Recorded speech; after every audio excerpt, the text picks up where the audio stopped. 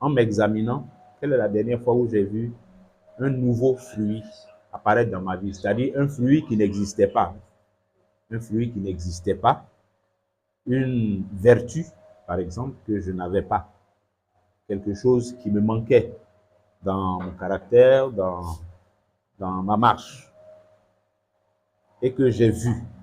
Donc, un nouveau fruit que j'ai vu apparaître, même si ce n'est pas quelque chose qui est assez consolidé et tout ça, mais j'ai vu que ça commence à apparaître.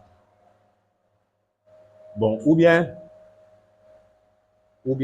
on n'a pas l'habitude de faire cet exercice d'examen de soi, mais pourtant il faut avoir cette pratique-là. Il faut avoir cette pratique de s'examiner de temps en temps, je dirais souvent même, de s'examiner pour voir. Parce que ouais, notre marche dans le Seigneur, c'est un peu comme hein, les exemples que le Seigneur aime prendre dans les paraboles. C'est un peu comme une vigne, hein, c'est comme une plantation. Nous sommes comme une plantation ou bien une plante. Nous sommes comme une plante. Et la vie de la plante, là, ça va dans la direction de porter du fruit. C'est ça la vie de la plante, une plante à fruits, bien sûr. Donc, si telle est la perception que nous devons avoir de notre vie, de notre marche dans le Seigneur, ça veut dire que le fruit est un élément essentiel de notre marche dans le Seigneur. Donc, s'interroger sur l'apparition ou la présence de fruits, c'est une bonne chose, c'est un bon exercice, c'est un bon examen. Quelle est la dernière fois où j'ai vu un nouveau fruit apparaître dans ma vie? Ou alors, quelle est la dernière fois où j'ai noté que sur ce fruit-là, j'ai gagné en maturité? Parce que là aussi, je dois être capable de le remarquer.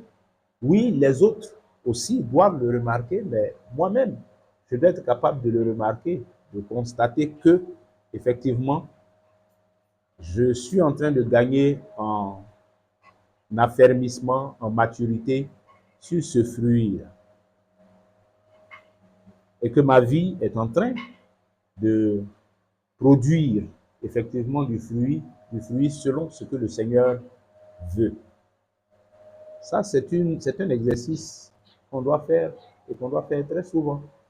C'est une question qu'on doit pouvoir se poser et puis y répondre parce que ça nous permet aussi de réaliser que peut-être il n'y a pas de fruits, hein, et s'il n'y en a pas, c'est une anomalie. S'il n'y a pas de croissance aussi dans les fruits qui existent déjà, c'est une anomalie aussi. Donc, c'est bon de s'interroger comme ça, de se poser cette question-là. Et identifier ce fruit-là, identifier l'apparition de ce fruit ou la maturation de ce qui existe déjà, c'est pas aussi compliqué que ça. Si on est honnête avec soi-même, ce n'est pas aussi compliqué que ça. Quand je dis, par exemple, euh,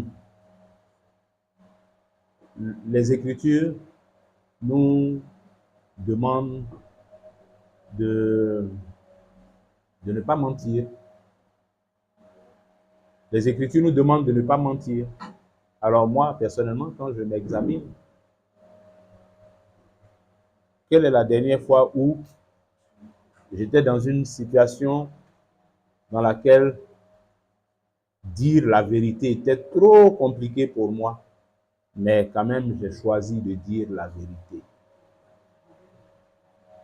Les Écritures nous demandent de faire miséricorde. Les Écritures nous demandent de savoir pardonner. Alors, quelle est la dernière fois où j'ai accordé mon pardon à quelqu'un? Ou bien, à l'inverse, hein, on peut faire l'exercice inverse aussi. Quelle est la dernière fois où je n'ai pas accordé le pardon à quelqu'un? Voilà. L'exercice inverse aussi permet d'aboutir au même résultat, c'est-à-dire identifier ce qui a besoin éventuellement d'être corrigé, d'être amélioré et tout ça. Donc, c'est un exercice, une façon de s'examiner qui est bonne, mais c'est un examen qui doit être honnête. C'est un examen qui est profitable quand on le fait régulièrement, et c'est un examen qui ne doit pas rester juste un examen, mais avoir pour objectif de s'améliorer, de rechercher davantage dans le Seigneur par son esprit de l'aide, de l'assistance, pour pouvoir aller plus loin encore, pour pouvoir être redressé, être corrigé. Donc, je nous invite à cet exercice-là. Je crois que ça sera un exercice très enrichissant et c'est une pratique que chacun de nous devrait développer, devrait avoir. C'est même un exercice qui devrait être pratiqué quand, c'est-à-dire en étant honnête avec moi-même et devant le Seigneur. C'est un exercice que je dois pratiquer, que je dois m'appliquer quand moi-même je réalise que on dirait que sur ça là, je suis léger ou bien je suis légère. Ouvrir la question honnêtement avec moi-même et puis m'interroger devant le Seigneur. Est-ce qu'effectivement, sur cet aspect de ma marche avec le Seigneur, je suis sérieux dedans? Est-ce que sur tel aspect de ma marche, de mes rapports avec X, Y, est-ce que je suis sérieux? Est-ce que je suis sérieuse dedans? Est-ce que je suis suffisamment sérieuse dedans? Sur tel aspect qui concerne ma vie, ma piété, et pour lequel je me rends compte honnêtement, j'insiste sur honnêtement là, parce que ça ne sert à rien de se tromper soi-même, de se blaguer, pour se flatter, puis se faire plaisir. Non. Au contraire, il faut être rigoureux même dans cet exercice-là. Rigoureux. Voilà. Il faut être rigoureux. Il ne faut pas facilement se donner des bons points. Il faut être rigoureux. Il ne faut pas être satisfait facilement comme ça, avec des choses médiocres. Il faut être rigoureux sur soi-même. Rigoureux. Moi, je me souviens que il fut un temps où ma prière, c'était Seigneur, traite-moi rigoureusement selon ta parole. Mais ne me fais pas mourir. Mais traite-moi rigoureusement afin que ce que j'ai à corriger puisse être corrigé. Mais traite-moi rigoureusement. Applique-moi ta rigueur. Applique-moi ta rigueur. Donc, dans cet examen de soi, dans cette manière de s'examiner soi-même, comme Paul a dit aux frères, il faut être rigoureux, sérieux, honnête avec soi-même. Ça, déjà, c'est un premier pas vers la correction, la rigueur qu'on s'applique. C'est un premier pas vers la correction. Donc, en faisant un tel exercice, il faut qu'on ait pour objectif de corriger ce qu'il y a à corriger, d'affermir ce qui a besoin d'être affermi, de persévérer dans ce qui est déjà en bonne voie. Voilà.